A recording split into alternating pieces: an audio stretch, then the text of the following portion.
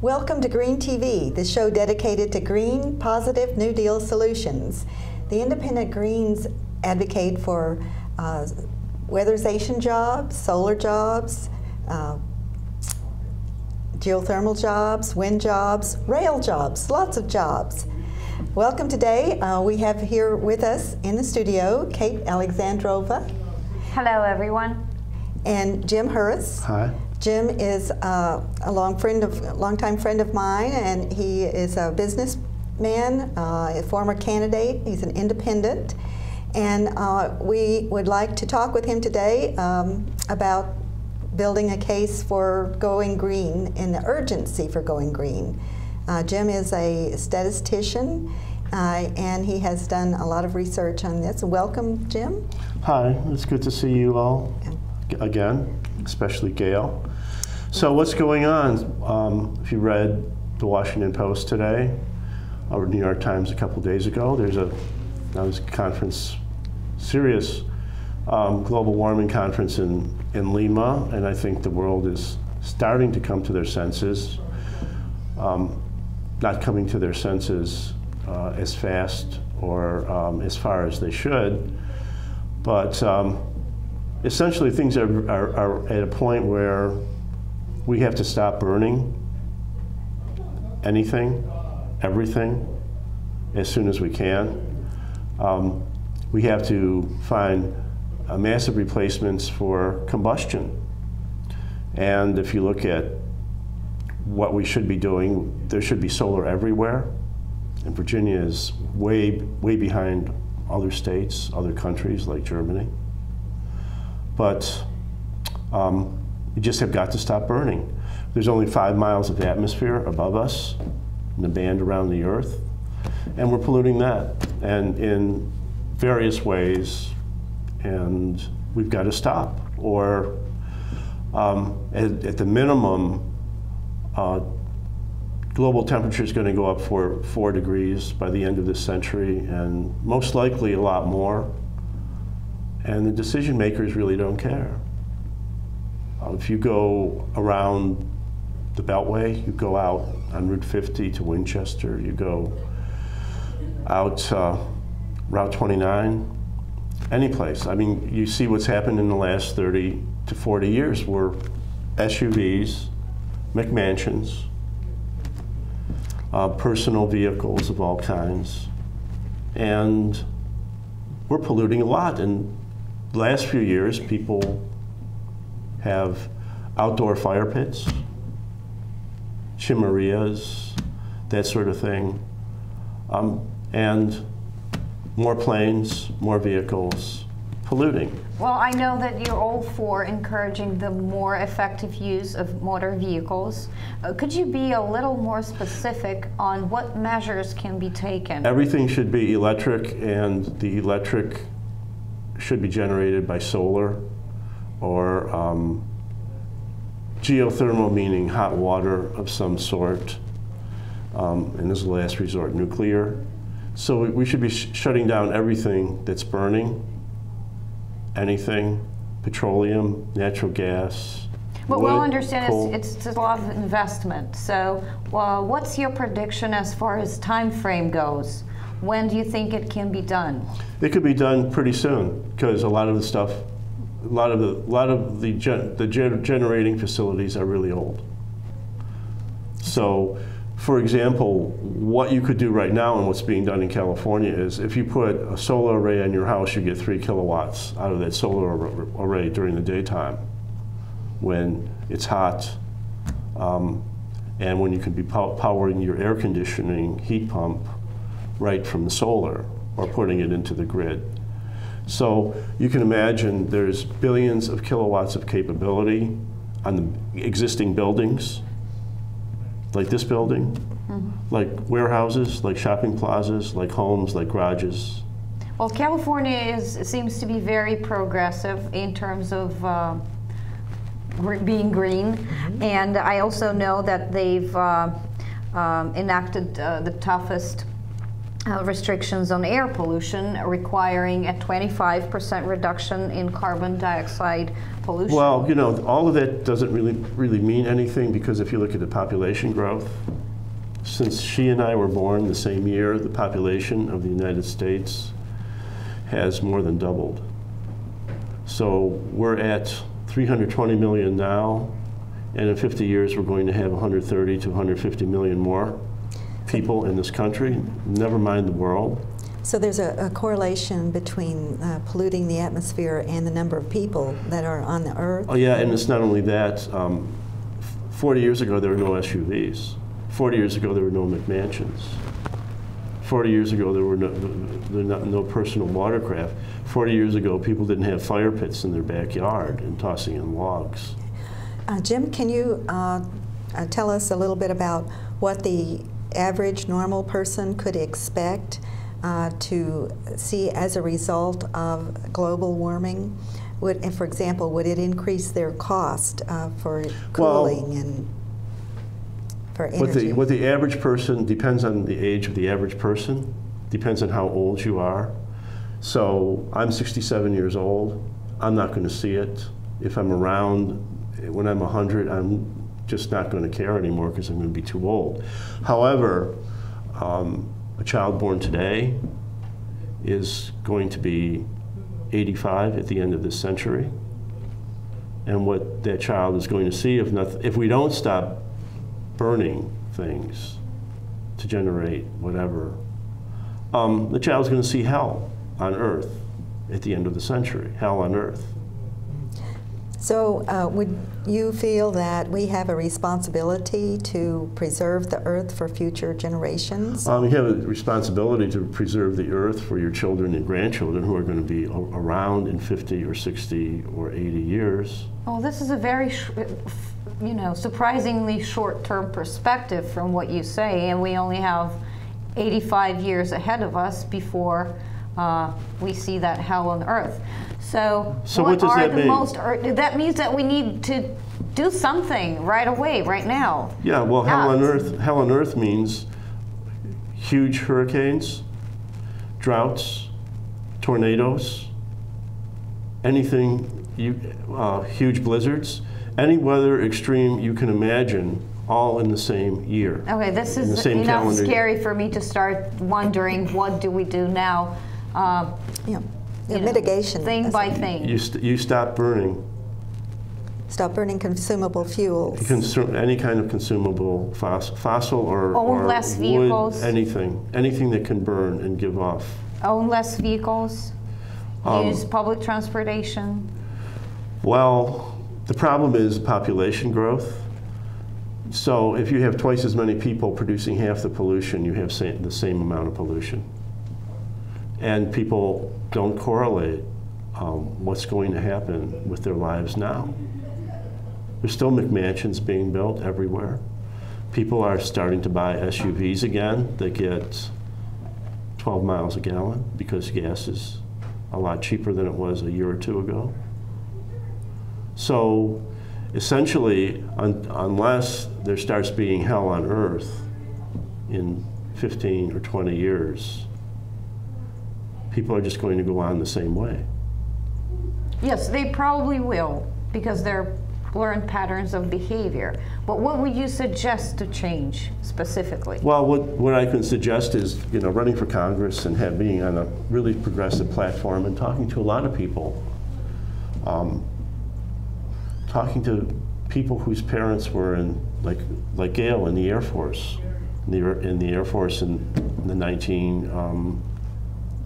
1950s, 1960s,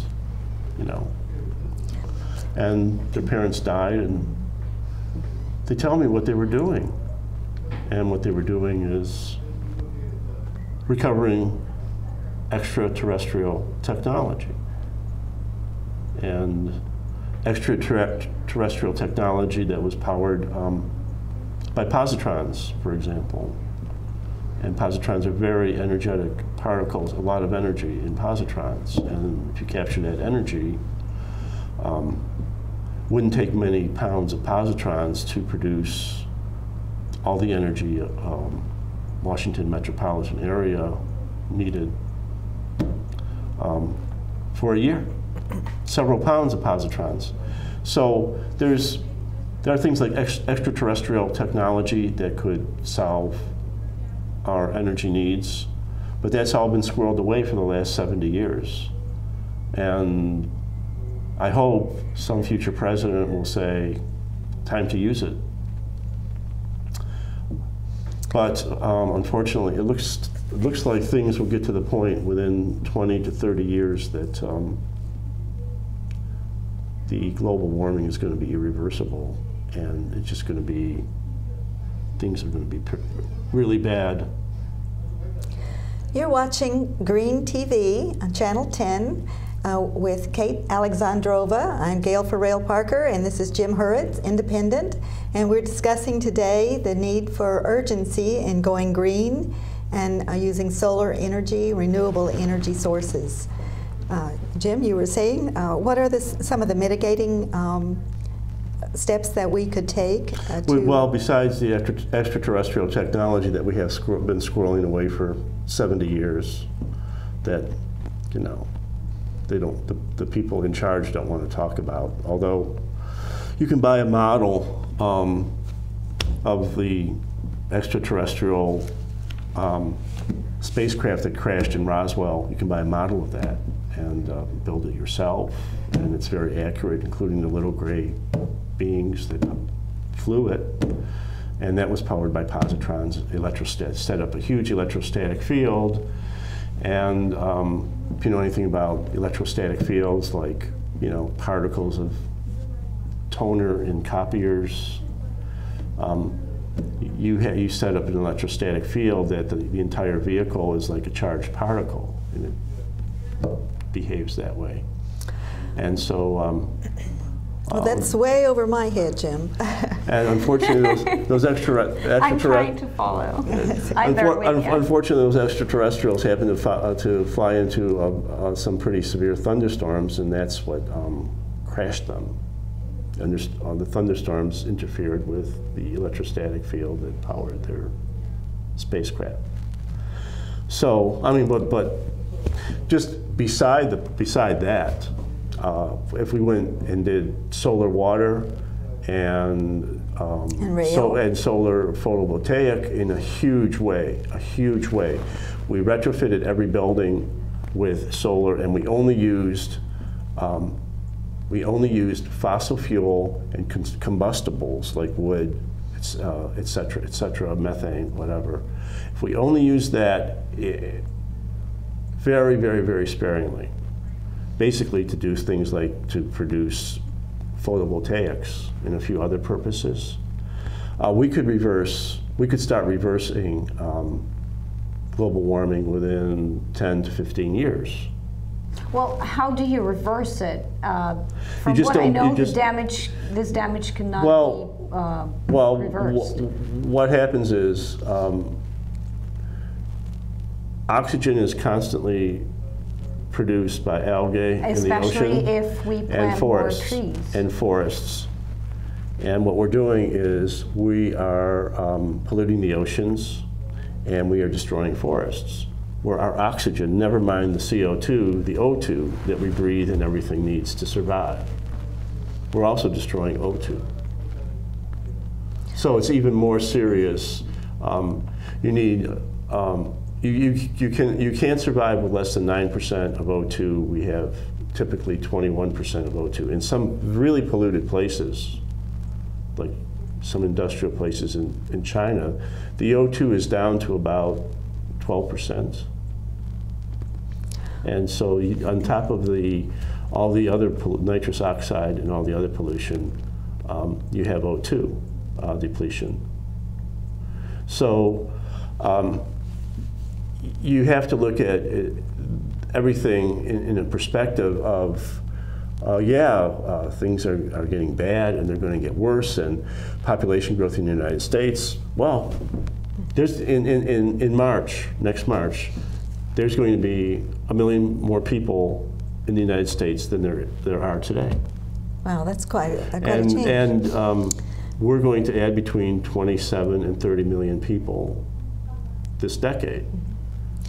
Well, a lot of people out there, everything affects their pocketbook. So they don't get excited about anything, even global warming or extreme weather, until they know that it's going to hit them in the pocketbook. So how would global warming affect the average person in the pocketbook? It's going to wipe out the food supply, one of the first things that's going to happen. Because of the drought. Because of the droughts, because of the hurricanes. The corn crop along the East Coast was wiped out by hurricanes a couple of years ago. So biofuels would not be a solution? So no, biofuels actually, they just prolong our burning a lot of fossil fuel, or renewable fuel, whether the fuel is alcohol or anything, butane, natural gas from fracking. You just don't want to do that anymore. You can't do that anymore.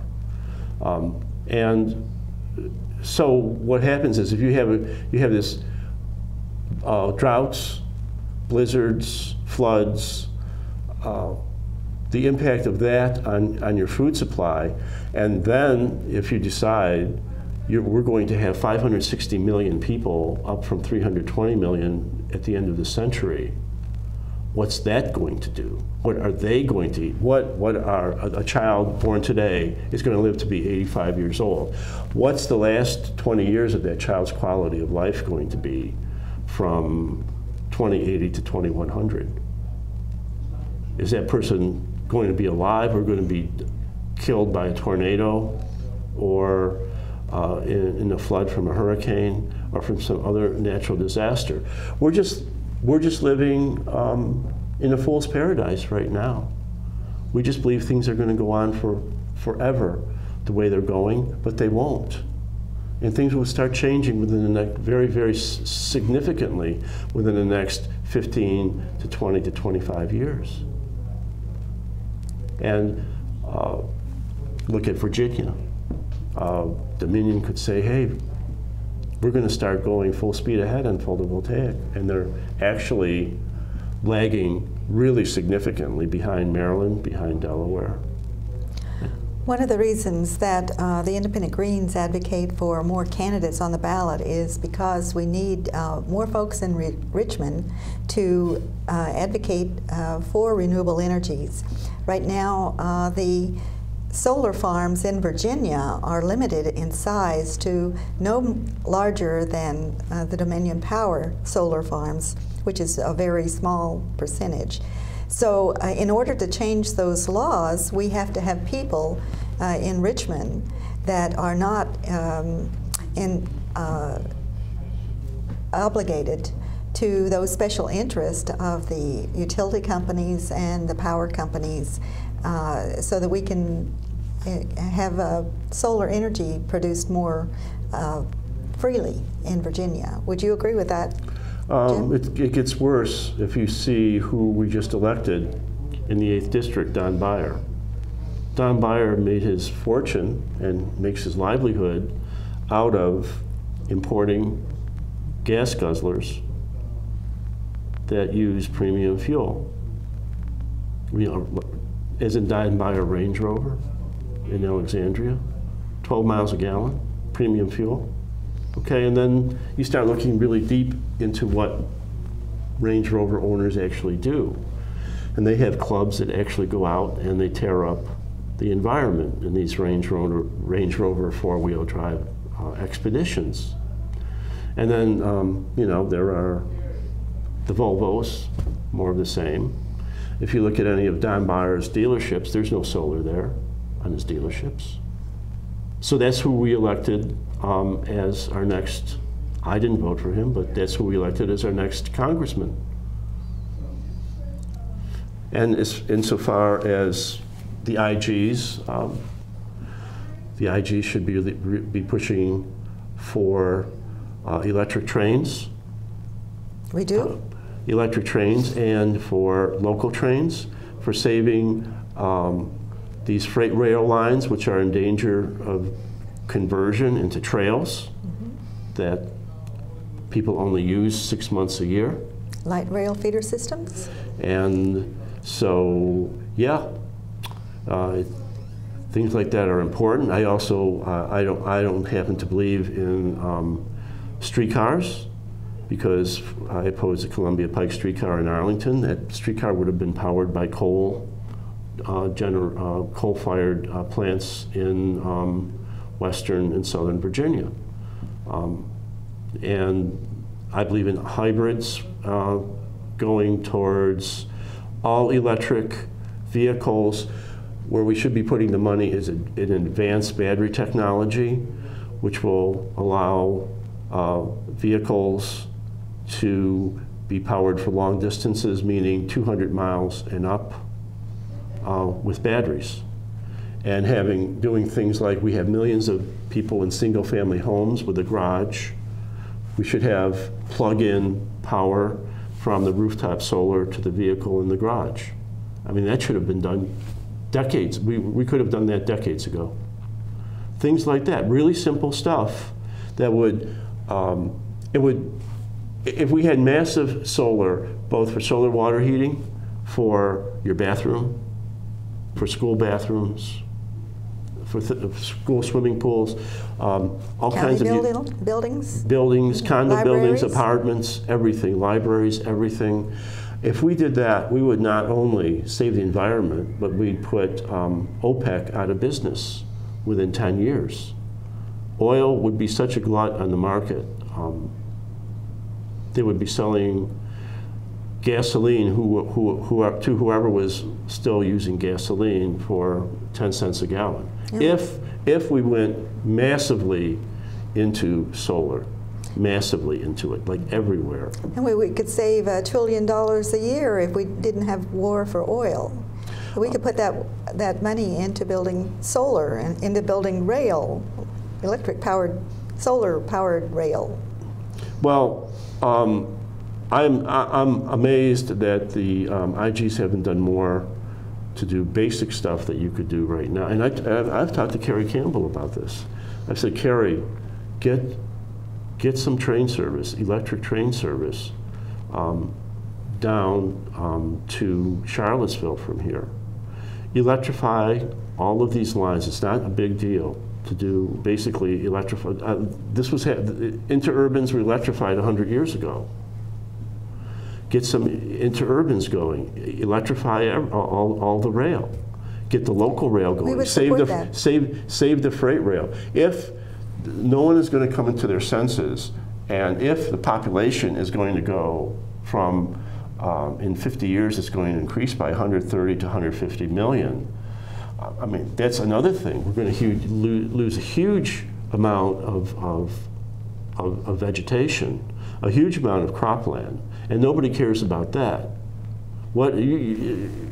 Fundamentally, before we think about the temperature going up 3 to 6 to 8 degrees, we should think about what are people going to be eating in 50 years if we keep on paving everything over. Right. Well, one of the things I believe is that the voter hasn't realized yet that the lesser of two evils is still an evil, and we're offering positive solutions to the voters. So, Jim, how do we get the voters to vote green? Well, because the media, meaning the Post, the local media, CNN, C-SPAN, Fox, they do two things. They scare us to death with, your kid is going to get kidnapped by some bad guy from the school playground, when in reality, the odds of that happening are something like 1 in 10 or 20 million. Okay? They scare us with things like that. And if you look at the way the people in the media live, whether it's the Post, or the editors of the Post, the publisher of the Post, Jeff Bezos, who owns the Post, if you look at the way they live this hugely extravagant lifestyle. I mean, they're flying around in corporate jets. They have 3 or 4 homes. And why should they care? Why should they care? And they don't. They scare us to death with this trivial stuff that's never going to happen to anybody. What is going to happen to somebody, they're not going to die from somebody kidnapping them from the school playground. They're going to die when their car is swept off the road in a flash flood, which happens, you know, hundreds and hundreds of times a year. To me, in a nutshell, what can happen if we do not review our ways of living, our means of living, this global disaster, we're going to have that hell on earth that you talked about, and all other problems that are being widely covered are not going to look that bad next to that one.